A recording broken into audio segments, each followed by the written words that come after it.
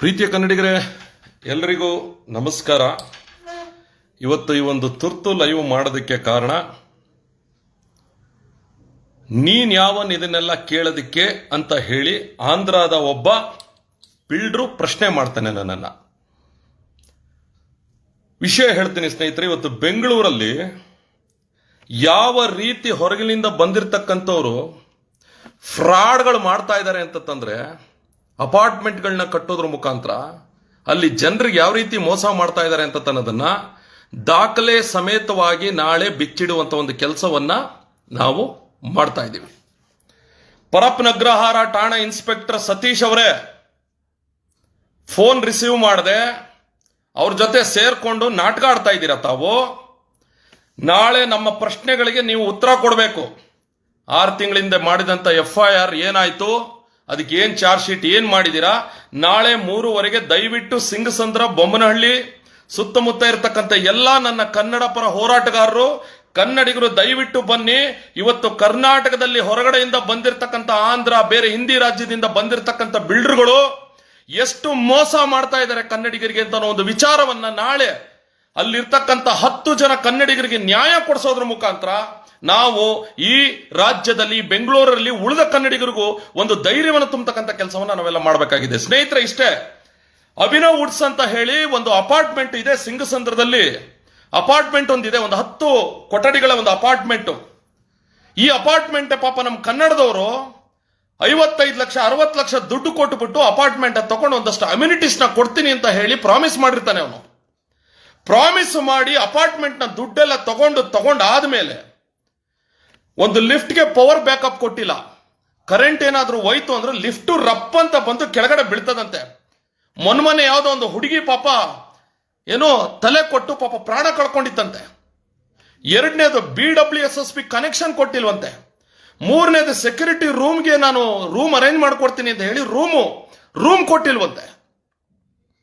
4ನೇದು power bank DG ಅಂದ್ರೆ ನಾನು generator ವ್ಯವಸ್ಥೆಯನ್ನ ಮಾಡ್ಕೊಡ್ತೀನಿ ಅಂತ ಹೇಳಿ ಸುಳ್ಳು ಹೇಳಿ ಆ ಒಂದು ಪ್ರಾಮಿಸ್ ಅನ್ನ ಮಾಡಿರ್ತಾನೆ. ಜೊತೆಗೆ CCTV ಎಷ್ಟು ಇಂಪಾರ್ಟೆಂಟು, ಪರಪ್ಪನಗ್ರಹಾರ ಇನ್ಸ್ಪೆಕ್ಟರ್ ಸತೀಶ್ ಅವರೇ ನಿಮ್ಗೆ ಇವೆಲ್ಲ ಗೊತ್ತಿಲ್ವಾ? ನನಗೆ ಫೋನ್ ಮಾಡಿ ಅವನ ಮಾತು ಕೇಳ್ಕೊಂಡು ನನಗೆ ಫೋನ್ ಮಾಡಿ ಬೆದರಿಕೆ ಹಾಕ್ತೀರಾ ನೀವು? ನಾಳೆ ಬಂದು ಮಾತಾಡ್ತೇನೆ, ನೀವು ನನಗೆ ಆನ್ಸರ್ ಕೊಡ್ಬೇಕು. ನೀವು ಅಷ್ಟು ಸುಲಭ ಅನ್ಕೋಬೇಡಿ. ಅನ್ಯಾಯದ ಪರವಾಗಿ ನಾವು ಹೋಗಲ್ಲ. ನ್ಯಾಯದ ಪರವಾಗಿ ಏನೇ ಆದ್ರೂ ಯಾರು ಬಂದ್ರು ನಾವು ಜಗ್ಗಲ್ಲ. ಈ ರೀತಿ ಮೋಸ ಮಾಡಿ ಪಾಪ ಸಿಂಗಸಂದ್ರದಲ್ಲಿರ್ತಕ್ಕಂಥ ಅಭಿನವ್ ವುಡ್ಸ್ ಅಂತಕ್ಕಂಥ ಒಂದು ಅಪಾರ್ಟ್ಮೆಂಟ್ ಅಲ್ಲಿ ಮೋಸ ಮಾಡಿರ್ತಕ್ಕಂಥ ಬಿಲ್ಡರ್ಗೆ ಅನ್ಯಾಯ ಆಗಿರ್ತಕ್ಕಂಥ ಕನ್ನಡಿಗರು ನನ್ನ ಬಳಿ ಬಂದು, ಸರ್ 2 ವರ್ಷದಿಂದ ನಮಗೆ ನರ್ಕ, ಪೆಂಟ್ ಹೌಸ್ ಅಂತ ಮೇಲ್ಗಡೆ ಮಾಡಿಕೊಂಡು ಪಾಪ ಜಿಮ್ಮು ಮತ್ತೆ ಅಲ್ಲಿ ಒಂದಷ್ಟು ಅವರ ಕಾರ್ಯಕ್ರಮ ಮಾಡೋದಕ್ಕೆ ಅಂತ ಒಂದು ಪೆಂಟ್ ಹೌಸ್ ನ ಮಾಡಿಕೊಂಡು, ಇದೇ ಆಂಧ್ರದಿಂದ ಬಂದಿರತಕ್ಕಂಥ ನರೇಂದ್ರ ರೆಡ್ಡಿ, ಮಾಧವ್ ರೆಡ್ಡಿ ಅಂತಕ್ಕಂಥವ್ರು ತಮ್ಮ ಡ್ರೈವರ್ನ ಮೇಲ್ಗಡೆ ಇರಿಸ್ಬಿಟ್ಟು ಅಷ್ಟಿಷ್ಟು ತೊಂದರೆ ಕೊಡ್ತಾ ಇಲ್ಲ ಅಲ್ಲಿ ಇರ್ತಕ್ಕಂಥ ಅಪಾರ್ಟ್ಮೆಂಟ್ ನಮ್ಮ ಕನ್ನಡದ ನಿವಾಸಿಗಳಿಗೆ. ಈ ವಿಚಾರವಾಗಿ ಇವತ್ತು ನಾನು ಕರೆ ಮಾಡಿ ಕೇಳಿದ್ರೆ, ನೀನ್ ಯಾವನ್ ಕೇಳೋದಕ್ಕೆ ಅದೇನ್ ಮಾಡ್ಕೋತೀರೋ ಮಾಡ್ಕೊಳ್ಳಿ ಅನ್ನೋ ಉಡಾಫೆ ಉತ್ತರಗಳನ್ನ ಕೊಟ್ಟು ಅವ್ರನ್ನ ಇವತ್ತು ಕತ್ಲಲ್ಲಿ ದುಡಿದಿರಾ ನೀವು. ನಾಳೆ 3:15 ಸ್ನೇಹಿತರೆ ನಾವೆಲ್ಲರೂ ಸಿಂಗಸಂದ್ರದ ಅಭಿನವ್ ವುಡ್ಸ್ ಅನ್ನೋ ಒಂದು ಅಪಾರ್ಟ್ಮೆಂಟ್ ಹತ್ರ ಹೋಗ್ತಾ ಇದೀವಿ. ಸತೀಶ್ ಅವರೇ ಏನೋ ಸಿಂಗಸಂದ್ರ ಅಪಾರ್ಟ್ಮೆಂಟ್ ನಲ್ಲಿ, ಸಿಂಗಸಂದ್ರ ಪರಪ್ಪನಗ್ರಹಾರ ಪೊಲೀಸ್ ಠಾಣೆ ಇನ್ಸ್ಪೆಕ್ಟರ್ ಸತೀಶ್ ನನಗೆ ಫೋನ್ ಮಾಡ್ತೀರಾ, ಅವ್ನು ಫೋನ್ ಮಾಡ್ದ ಅನ್ಕೊಂಡು ನಿಮಗೆ ಉತ್ತರ ಸಾಕ್ಷಿ ಸಮೇತವಾಗಿ ನಾಳೆ ನಾನು ಎದುರುಗಡೆ ತೋರಿಸ್ತೀನಿ. ನೀವು ಅವ್ರ ಪರನ, ಆಂಧ್ರದವ್ರ ಪರನ, ಇಲ್ಲ ಕನ್ನಡಿಗರಿಗಾಗಿರ್ತಕ್ಕಂಥ ಅನ್ಯಾಯಕ್ಕೆ ನ್ಯಾಯ ಕೊಡಿಸ್ಬೇಕು ಅಂತ ಒಂದು ಪರವಾಗಿ ನೀವು ಇಲ್ವಾ? ನಾನು ಯಾವತ್ತೂ ಇದುವರೆಗೂ ಮಾತಾಡಿಲ್ಲ. ಆದ್ರೆ ಕಳೆದ 2 ದಿನದಿಂದ ಸತತವಾಗಿ ಪ್ರಯತ್ನ ಪಟ್ಟೆ ಅವರಿಗೆ ನ್ಯಾಯ ಕೊಡಿಸ್ಬೇಕು ಅಂತ ಹೇಳಿ. ಇವತ್ತು ಖಾಲಿ ಇದೊಂದು ಅಪಾರ್ಟ್ಮೆಂಟ್ ವಿಚಾರ ಅಲ್ಲ. ಬೆಂಗಳೂರಲ್ಲಿ ಇವತ್ತು ಹೊರಗಡೆಯಿಂದ ಬಂದು ಕಡಿಮೆಗೆ ನಾವು ಅಪಾರ್ಟ್ಮೆಂಟ್ ಕೊಡ್ತೀವಿ, ಇದು ಕೊಡ್ತೀವಿ ಅಂತ ಹೇಳಿ ಎಷ್ಟು ಜನರಿಗೆ ಫ್ರಾಡ್ ಮಾಡಿ, ಮೋಸ ಮಾಡಿ, ಅಮ್ಯುನಿಟೀಸ್ಗಳನ್ನ ಕೊಡದೆ ದುಡ್ಡು ಕಿತ್ಕೊಂಡು ಪಾಪ ಅವ್ರಿಗೆ ಹೇಳ್ಕೊಳಂಗಿಲ್ಲ, ಬಿಡಂಗಿಲ್ಲ. ಇವತ್ತು ಅಲ್ಲಿ ಇರ್ತಕ್ಕಂಥ ಅಪಾರ್ಟ್ಮೆಂಟ್ ನಿವಾಸಿಗಳು ನಮ್ಮ ಜನ. ಅದಕ್ಕೆ ಸಾಕ್ಷಿ ಸಮೇತವಾಗಿ ನಾಳೆ, ದಾಖಲೆ ಸಮೇತವಾಗಿ ನಾಳೆ ಇಡೀ ಕರ್ನಾಟಕದ ಮುಂದೆ ಇದನ್ನ ಇಡ್ತಕ್ಕಂಥ ಕೆಲಸವನ್ನ ನಾನು ಮಾಡ್ತೀನಿ. ಅವನು ಯಾರು? ಅವನು ಆಂಧ್ರದಿಂದ ಬಂದಿರತಕ್ಕಂಥ ಮಾಧವ್ ರೆಡ್ಡಿ. ನಿನಗೆ ತಾಕತ್ತಿದ್ರೆ ನಾಳೆ ಬಾ ನನ್ನ ಎದುರಿಗೆ. ನೀನ್ ಯಾವನ್ ಕೇಳಕ್ಕೆ ಅಂತ ಹೇಳ್ತಾ ಇದೆಯಲ್ವಾ? ನಾನು ಈ ರಾಜ್ಯದ ಒಬ್ಬ ಜವಾಬ್ದಾರಿಯುತ ಪ್ರಜೆ, ಒಬ್ಬ ಸಂಘಟನೆ, ಒಬ್ಬ ಅಧ್ಯಕ್ಷ, ಒಬ್ಬ ಕನ್ನಡಿಗ, ನಮ್ಮ ಕನ್ನಡಿಗರಿಗಾಗಿರ್ತಕ್ಕಂಥ ಅನ್ಯಾಯಕ್ಕೆ ನ್ಯಾಯವನ್ನ ಅರಸಿ ನನ್ನ ಹತ್ರ ಬಂದಿದ್ದಾರೆ. ಆ ನ್ಯಾಯವನ್ನ ಕೇಳೋದಕ್ಕೆ ನಿನಗೆ ಫೋನ್ ಮಾಡಿದ್ದೀನಿ.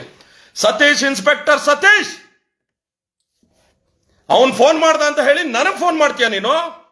ನನಗೆ ನೀನು ಹಣೆ ಬರ, ನಾಳೆ ಬಂದು ಮಾತಾಡ್ತೀನಿ. ನಾಳೆ ನಾಟಕ ಆಡ್ಕೊಂಡು ಎಷ್ಟು ಇಸ್ಕೊಂಡಿದ್ಯಪ್ಪ ನೀನು? ಎಷ್ಟು ಇಸ್ಕೊಂಡಿದ್ಯಾ ಬಿಲ್ಡರ್ಗಳ ಹತ್ರ? ಕಳೆದ 3 ದಿನದಿಂದ ಡ್ರಾಮಾ, ಅನ್ಯಾಯ ಆಗ್ತಾ ಇರೋದು. ಪಾಪ ನಮ್ಮ ಜನ, ಒಬ್ಬ ಹೆಣ್ಣು ಮಗಳು ನಿನ್ನೆ ಮಧ್ಯರಾತ್ರಿ 11 ಗಂಟೆಯಲ್ಲಿ ಹತ್ಕೊಂಡು ಫೋನ್ ಮಾಡಿದಾಳೆ ನನಗೆ. ನಾನು ಸುಸೈಡ್ ಮಾಡ್ಕೋತೀನಿ ಅಂತ ಹೇಳಿದಾಳೆ ನನಗೆ.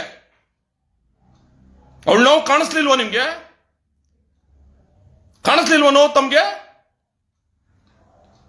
ಪೊಲೀಸ್ ಇಲಾಖೆ ಬಗ್ಗೆ ಹಲವಾರು ಜನ ಒಳ್ಳೊಳ್ಳೆ ಅಧಿಕಾರಿಗಳು, ಆಫೀಸರ್ಸ್ಗಳಿದ್ದಾರೆ. ಅವ್ರ ಮರ್ಯಾದೆ ತೆಗೆಯುವಂತ ಕೆಲಸವನ್ನ ನೀವು ಮಾಡ್ತಾ ಇರ್ತಕ್ಕಂಥದ್ದು.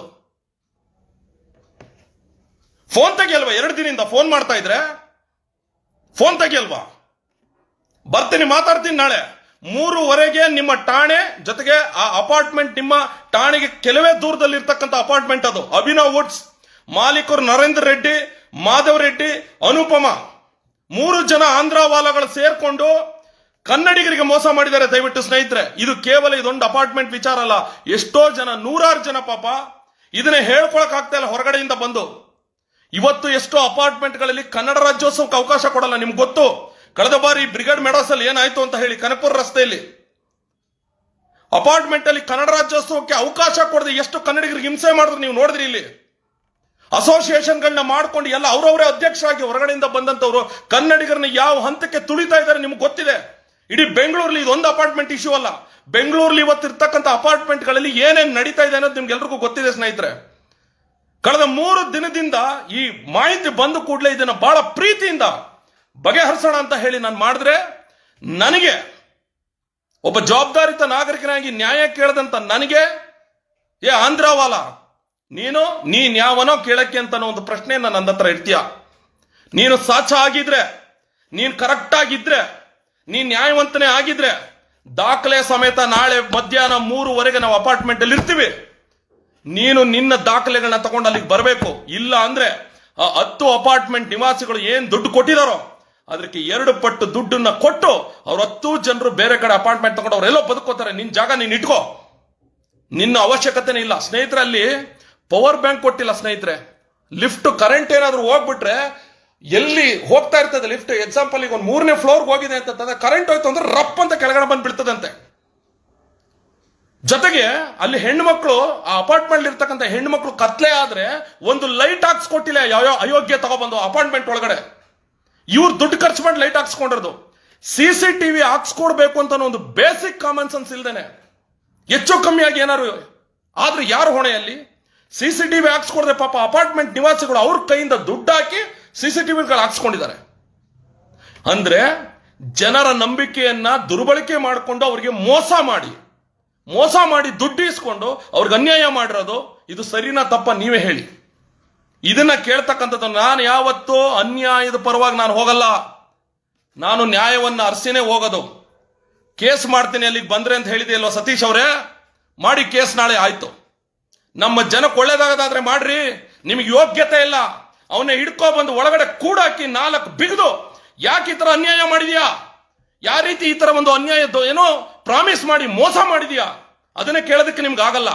ನಾಳೆ ಆ ಹೆಣ್ಣು ಮಗಳು ಪಾಪ ತುರುವೇಕೆರೆ ಭಾಗದವಳು, ಆ ಹೆಣ್ಣು ಮಗಳು ಅಲ್ಲಿರ್ತಕ್ಕಂಥ ಅಪಾರ್ಟ್ಮೆಂಟ್ಗಳಲ್ಲಿ ಹೆಣ್ಣು ಮಕ್ಕಳು ಅವರೆಲ್ಲ ಕೂತ್ಕೊಂಡು ಅವ್ರ ಮುಖಭಾವ ನೋಡಿದ್ರೆ ಜಾತ್ರೆಯಲ್ಲಿ ತಪ್ಪಿಸ್ಕೊಂಡಂತ ಮಗು ನೋಡ್ದಂಗೆ ನನಗೆ ಎಷ್ಟು ಹೊಟ್ಟೆ ಉರಿದೋಯ್ತು ನನಗೆ. ಅಂದ್ರೆ ಕಳೆದ 2 ವರ್ಷದಿಂದ ಸ್ನೇಹಿತರೆ ಪಾಪ ಅವರು ಮಾಡಬಾರ್ದದ್ ಮಾಡಿ ಪೊಲೀಸ್ ಸ್ಟೇಷನ್ಗೆಲ್ಲ ಹೋಗಿ ನ್ಯಾಯ ಕೇಳಿದ್ದಾರೆ. ಇವನು ಅಯೋಗ್ಯರು ಇವರಿಬ್ರು ಸೇರ್ಕೊಂಡು ಅಲ್ಲಿಂದಲೇ ಬಂದಿದ್ದು. ಕೇವಲ ಇದೊಂದು ಅಪಾರ್ಟ್ಮೆಂಟ್ ಇಶ್ಯೂ ಅಲ್ಲ ಸ್ನೇಹಿತರೆ, ಇದು ಇಡೀ ಬೆಂಗಳೂರಿನಲ್ಲಿ ತುಂಬಾ ದ್ರೋಹ ನಡೀತಾ ಇದೆ, ತುಂಬಾ ಮೋಸ ನಡೀತಾ ಇದೆ. ಅಪಾರ್ಟ್ಮೆಂಟ್ ನ ದುಡ್ಡು ಕೊಟ್ಟು ನೀವು ತಗೊಳಕ್ಕೂ ಮುಂಚೆ ಸುಮಾರು ಜನ ಹೊರಗಡೆಯಿಂದ ಬಂದಿರ್ತಕ್ಕಂಥ ಎಷ್ಟು ಮೋಸ ಮಾಡ್ತಾ ಇದ್ದಾರೆ ಅಂತ ಅನ್ನೋದನ್ನ ನಾಳೆ ಸಾಕ್ಷಿ ಸಮೇತ ನಿಮ್ಮ ಮುಂದೆ ಇಡ್ತಕ್ಕಂಥ ಕೆಲಸವನ್ನ ನಾವು ಮಾಡ್ತೀವಿ. ಮಾಧವ್ ರೆಡ್ಡಿ, ನರೇಂದ್ರ ರೆಡ್ಡಿ, ಯಾವ್ರು ನಿಮ್ದು? ನೀನ್ ಯಾವನ ಕೇಳೋದಕ್ಕೆ ಅದೇನ್ ಮಾಡ್ಕೋತೀಯ ಮಾಡ್ಕೊ ಅಂತ ಹೇಳಿದ್ರಿ ಅಲ್ವಾ? ನಾವೇನ್ ಮಾಡ್ಕೋತೀವಿ ಅನ್ನೋದನ್ನ ನಾಳೆ ನೀವು ಬಂದು 3:15 ನೋಡು, ನಿಮ್ಗೆ ಗೊತ್ತಾಗುತ್ತೆ. ಅವಾಗ ದಯವಿಟ್ಟು ಅಪಾರ್ಟ್ಮೆಂಟ್ ನಿವಾಸಿಗಳು ವಿಡಿಯೋ ನೋಡ್ತಾ ಇದ್ರೆ ನಾಳೆ ಎಲ್ಲ ರೆಡಿ ಇರಿ. 10 ಗಂಟೆ 3:30 ಸಚಿನ್, ಇನ್ಸ್ಪೆಕ್ಟರ್ ಸಚಿನ್, ಸತೀಶ್ ಎಲ್ಲೂ ಹೋಗ್ಕೂಡ್ದು. ದಯವಿಟ್ಟು ತಾವಿರಬೇಕು. ಇಂಪಾರ್ಟೆಂಟು. ನನಗೆ ಕರೆ ಮಾಡಿರೋರು, ಒಂದು ಕಂಪ್ಲೇಂಟ್ ದೂರು ಕೊಟ್ರೆ 3 ದಿನ 4 ದಿನ ಬೇಕು ಒಬ್ರಿಗೆ ಫೋನ್ ಮಾಡಿ ಕರೆದಕ್ಕೆ. ಅಂತಿದ್ರಲ್ಲಿ ಅವ್ನು ಯಾವನ ಫೋನ್ ಮಾಡಿ ಹೇಳಿದ ತಕ್ಷಣ ನನಗೆ ಫೋನ್ ಮಾಡ್ಬಿಟ್ಟಿದೆ, ನೀವು ಅವ್ನಿಗೆ ಹೆಂಗ್ರಿ ಮಾತಾಡಿದ್ರಿ ಅಂತ ಕೇಳ್ತಿರಲ್ಲ. ನಿಮ್ಗೆ ಯಾವ ರೈಟ್ಸ್ ಇದೆ, ಯಾವ ಕಾನೂನಿದೆ ನಿಮ್ಗೆ? ಒಂದು ದೂರನ್ನ ತಗೊಳ್ಕೊಳ್ಳದೆ ನೀವು ನನಗೆ ಫೋನ್ ಮಾಡೋದಕ್ಕೆ ಯಾವ ರೈಟ್ಸ್ ಇದೆ? ಪ್ರತಿಯೊಂದಕ್ಕೂ ಉತ್ತರ ನಾಳೆ 3:30 ಇಡೀ ರಾಜ್ಯದ ಜನತೆ ಮುಂದೆ ಇಡ್ತಕ್ಕಂಥ ಕೆಲಸವನ್ನು ಮಾಡ್ತೀವಿ. ಸ್ನೇಹಿತರೆ, ನಿಮಗೆ ಕೈ ಮುಗಿದು ಕೇಳ್ಕೊಳ್ತೀನಿ, ಇದು ನನ್ನ ಹೋರಾಟವಲ್ಲ. ಅಲ್ಲಿ ಎಷ್ಟೋ ಜನ ಅಸಹಾಯಕ ಹೆಣ್ಣು ಮಕ್ಕಳ ಮತ್ತು ಒಂದಷ್ಟು ಜನ ನಮ್ಮ ಕನ್ನಡಿಗರ ಒಂದು ನ್ಯಾಯಕ್ಕಾಗಿ ಹೋರಾಟ. ದಯವಿಟ್ಟು ಸಿಂಗಸಂದ್ರ ಆ ಸುತ್ತಮುತ್ತ ಇರ್ತಕ್ಕಂಥ ಎಲ್ಲಾ ಕನ್ನಡಿಗರು 3:30 ದಯವಿಟ್ಟು, ನಾನೊಬ್ಬ ಕನ್ನಡಿಗನಾಗಿ ಕರಿತಾ ಇದ್ದೀನಿ, ಪ್ರತಿಯೊಬ್ರು ಬನ್ನಿ. ಅಲ್ಲಿ ಆ ಒಂದು ಅಪಾರ್ಟ್ಮೆಂಟ್ಗೆ ನಾಳೆ ಕೊಡಿಸ್ತಕ್ಕಂಥ ನ್ಯಾಯ ಇಡೀ ಬೆಂಗಳೂರಿನಲ್ಲಿ ಯಾರ್ಯಾರಿಗೆ ಅನ್ಯಾಯ ಆಗಿದೆ, ಯಾರ್ಯಾರಿಗೆ ಮೋಸ ಆಗಿದೆ, ಎಷ್ಟೋ ಜನ ಹೊರಗಡೆ ಬಂದು ಹೇಳ್ಕೊಳಕ್ ಆಗ್ತಾ ಇಲ್ಲ. ಸ್ನೇಹಿತರೆ, ಅವ್ರಿಗೆಲ್ರಿಗೂ ನಾಳಿನ ಒಂದು ಹೋರಾಟದ ಮುಖಾಂತರ ನ್ಯಾಯ ಸಿಗಲಿ. ಆ ಕೆಲಸವನ್ನ ನಾಳೆ ನಾವು ಮಾಡೇ ಮಾಡ್ತೀವಿ. ಇದಂತೂ ಸತ್ಯ. ಅವಮಾನಕರವಾಗಿ ನಾನು ಮಾತಾಡಿ ನ್ಯಾಯ ಕೊಡ್ಸೋಣ ಅಂತಂದ್ರೆ ಈ ರೀತಿ ದಬ್ಬಾಳಿಕೆ, ಈ ರೀತಿ ಮೋಸ. ಪೆಂಟ್ ಹೌಸ್ ಅಲ್ಲಿ ಯಾವ ರೇರ್ ಆಕ್ಟ್ ಅಲ್ಲಿ ಇದೆ, ಪೆಂಟ್ ಹೌಸ್ ಅಲ್ಲಿ ಯಾರಿಗಾರು ಬಾಡಿಗೆ ಕೊಡಬಹುದು, ಯಾರಿಗಾರು ಸೇಲ್ ಅಗ್ರಿಮೆಂಟ್ ಮಾಡ್ಕೋಬಹುದು ಅಂತ ಹೇಳಿ, ಅವ್ರಿಗೆ ಜಿಮ್ಮು, ಅವ್ರಿಗೆ ಆಟ ಆಡೋದಕ್ಕೆ, ಫಂಕ್ಷನ್ ಮಾಡೋದಕ್ಕೆ ಜಾಗ ಕೊಡ್ತೀನಿ ಅಂತ ಹೇಳಿ ಕರೆದ್ಬಿಟ್ಟು ಯಾರನ್ನೋ ಕರ್ಕೊಂಡ್ಬಂದು ನಿಮ್ ಡ್ರೈವರ್ನ ಬಾಡಿಗೆಗೆ ಇಟ್ಬಿಟ್ಟು ಕೆಳಗಡೆ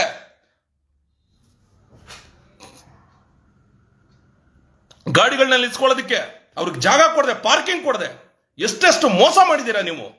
ದುಡ್ಡುಗಳು ಇಸ್ಕೊಂಡು ನಾಚಿಕೆ ಆಗಲ್ಲ ದುಡ್ಡುಗಳನ್ನ ತಿನ್ನೋದಕ್ಕೆ. ದುಡ್ಡು ಕೊಟ್ಟಿರೋರು ಅವ್ರು ಬೆವರು ಸುರಿಸ್ತಾನೆ ತಂದ್ಕೊಟ್ಟಿರೋದು ನಿಮ್ಗೆ ದುಡ್ಡು. ಅವರೆಲ್ಲೋ ಹೋಗಿ ದರೋಡೆ ಮಾಡಿ, ಏನೋ ಅನ್ಯಾಯ ಮಾಡಿ, ಕಳ್ತನ ಮಾಡಿ ತಂದ್ಕೊಟ್ಟಿಲ್ಲ ನಿಮ್ಗೆ ದುಡ್ಡನ್ನ.